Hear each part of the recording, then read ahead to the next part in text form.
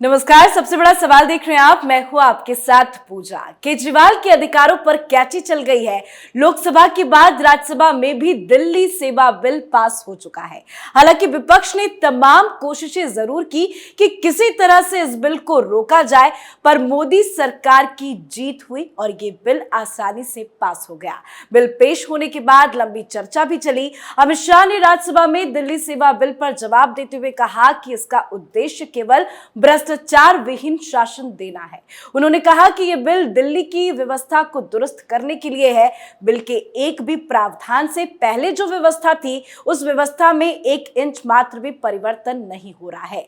तो दिल्ली का आखिरी असली बॉस कौन है, इस पर फैसला हो गया है। केजरीवाल को बड़ा झटका लगा है। आज इसी पे चर्चा करेंगे। बातचीत के लिए मेरे साथ स्टूडियो में मौजूद हैं कैपिटल टीवी के editor in chief doctor Manish Kumar. Doctor साहब, बहुत बहुत स्वागत है आपका। धन्यवाद। समर्थन में 131 वोटिंग पड़ी और विरोध में 102, लेकिन इससे केजरीवाल का गणित कैसे बिगड़ गया? 131 और 102 डिफरेंस आप समझिए 29 वोटों का है। मतलब 1/3 वोट जो है वो विपक्ष को कम आया जितना उन लोगों को वोट आया। और तमाशा पिछले 3 महीने से ऐसे हो रहा था कि जैसे मोदी को हरा दिया जाएगा, मोदी हारे। केजरीवाल ये पंजाब के स्टेपनी चीफ मिनिस्टर के साथ बैठ के सरकारी हवाई जहाज में चार्टर्ड प्लेन से कभी मद्रास तो कभी मुंबई तो कभी कलकत्ता तो कभी रांची, पूरे देश भर में घूम घूम करके माहौल बनाया। और किस तरह के मैनेजर्स हैं ये लोग। राजनीति करते करते मानवता को इन लोगों ने ताक पर रख दिया। ये तस्वीर देखिए, लाल सर्कल के अंदर आपको जो शख्स नजर आ रहे हैं वो मनमोहन सिंह, वो चल नहीं सकते। भाई 102 है, 101 हो गया होता, क्या फर्क पड़ता। राहुल गांधी, खड़गे साहब, प्रियंका वाड्रा, सोनिया गांधी को ये पता नहीं कि उनकी उम्र क्या है, ला करके खड़ा कर दिया। 10:30 बजे रात तक वहां पे वोटिंग और पता नहीं क्या क्या होता रहा। कभी मशीन काम कर रहा है, कभी मशीन काम नहीं कर रहा है, चिट से जो है वोटिंग हो रही है जी। तो ये तो बड़ा शर्मनाक। अब केजरीवाल की क्या स्थिति हो गई है। ये बिल लोकसभा में पास हुआ, लोकसभा से ट्रेवल करता हुआ ये राज्यसभा आया। अब ये आज राष्ट्रपति को भेज दिया, राष्ट्रपति साइन करेंगे, व्यवस्था लागू हो जाएगी। अब ना इन्हें सुप्रीम कोर्ट से राहत मिलने वाला है।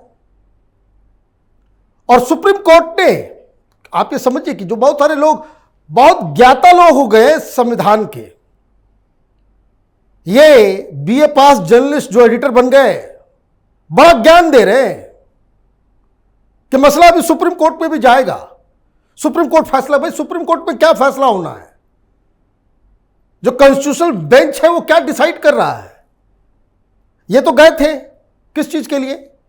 ये कॉन्स्टिट्यूशनल बेंच बना किस लिए? आप वहां गए सुप्रीम कोर्ट में चीफ जस्टिस के सामने कि सुप्रीम कोर्ट के आदेशों की अवहेलना करके ये ऑर्डिनेंस लाया गया, यही लेकर के गए ना। सुप्रीम कोर्ट ने क्या कहा? आपकी 2 मांग थी कि जो फैसला है वो बहाल किया जाए और इस ऑर्डिनेंस के ऊपर स्टे लगाया जाए, यही तो था। कोर्ट ने क्या किया? ऑर्डिनेंस के ऊपर स्टे लगा दिया। नहीं, कोई राहत नहीं मिली, ऑर्डिनेंस अपना काम करेगा। और इस तरह की चीजों में ऑर्डिनेंस जारी किया जा सकता है या नहीं, ये जीएनएसटीडी जो कानून के तहत जो गवर्नेंस दिल्ली में चलती है, उसमें इस तरह का ऑर्डिनेंस का प्रावधान है या नहीं है, ये तय करने के लिए सुप्रीम कोर्ट ने कॉन्स्टिट्यूशनल बेंच बनाया है। ये आर्टिकल 239 के तहत यह कोई पाबंदी नहीं है, बल्कि अधिकार है संसद के पास कि वो दिल्ली के ऊपर कानून बना सके। अब तो ये कानून बन गया, ऑर्डिनेंस तो पीछे गया। फैसला कुछ भी हो सुप्रीम कोर्ट का कि ऑर्डिनेंस गलत था या ऑर्डिनेंस सही था, वो बैक बर्नर पे गया। सुप्रीम कोर्ट अगर यह भी कह दे कि नहीं ऑर्डिनेंस जो है गलत तरीके से लाया गया, तो भी कोई फर्क नहीं पड़ेगा, क्योंकि यह अब कानून बन चुका है जी। तो डन एंड डस्टेड, खत्म कहानी। अब जितने भी ग्रेड ए, आईएएस, आईपीएस तो पुलिस तो इनके हाथ में नहीं है, लेकिन आईएएस और डैनिक्स सर्विसेज के जो ए ग्रेड के ऑफिसर्स हैं, उनके अपॉइंटमेंट, ट्रांसफर, पोस्टिंग, ये सारा कुछ वो एक अथॉरिटी 3 लोगों का, जिसमें principal secretary, home, chief secretary और चीफ मिनिस्टर, ये 3 लोग होंगे। और इस अथॉरिटी का चीफ मिनिस्टर होगा, जो अभी केजरीवाल है। मेजॉरिटी से फैसला लिया जाएगा और जो फैसला होगा वो लेफ्टिनेंट गवर्नर को बताया जाएगा और लेफ्टिनेंट गवर्नर फाइनली उस पर डिसाइड करेंगे। ये व्यवस्था बन गई। अब केजरीवाल अपने मन से वो जो ट्विटर पे लोगों को ट्रांसफर कर रहा था, नहीं है, सुप्रीम कोर्ट के फैसले के बाद कि ये बदल दूंगा, वो बदल दूंगा, उसको दिक्कत क्या है ना, दिमाग खराब है इसका। इसने नायक फिल्म को थोड़ा सीरियसली ले लिया।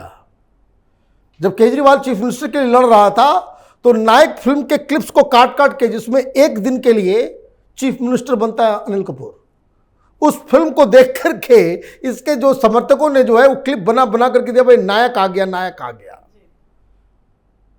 तो हुआ यही कि आपको आपके कुकर्मों की सजा मिली है।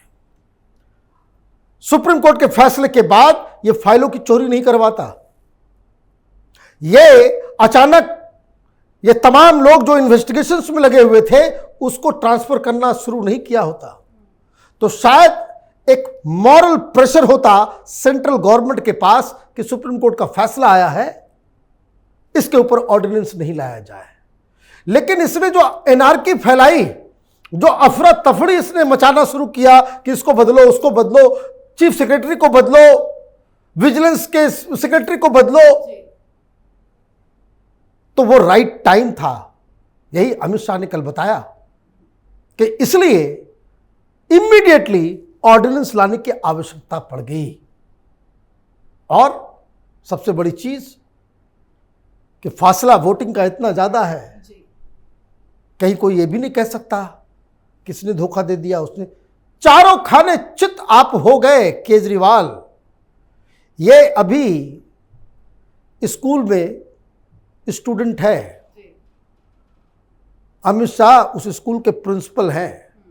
ये बात इसे अभी समझ में नहीं आई। लेकिन पहले तो अरविंद केजरीवाल कहते थे कि पूरा दम लगा देंगे, बिल को पास नहीं होने देंगे, सारे दुश्मनों से भी गले मिला लिया। अब क्या करेंगे? देखिए, वो तो कहते ना कि वो एक हम लोग के पूर्वांचल की तरफ एक कहावत है, जात भी गंवाया और भात भी न खाया।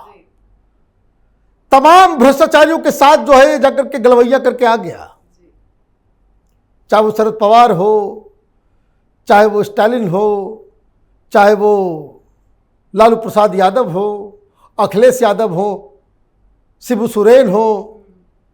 भाई इन्हीं पार्टियों को गाली देकर के तो ये यहां तक पहुंचा। अभी भी चल रहा है कि भाई वोट किसको देना है, परिवारवाद को। संजय सिंह का बड़ा वायरल वीडियो है कि अगर तुम ये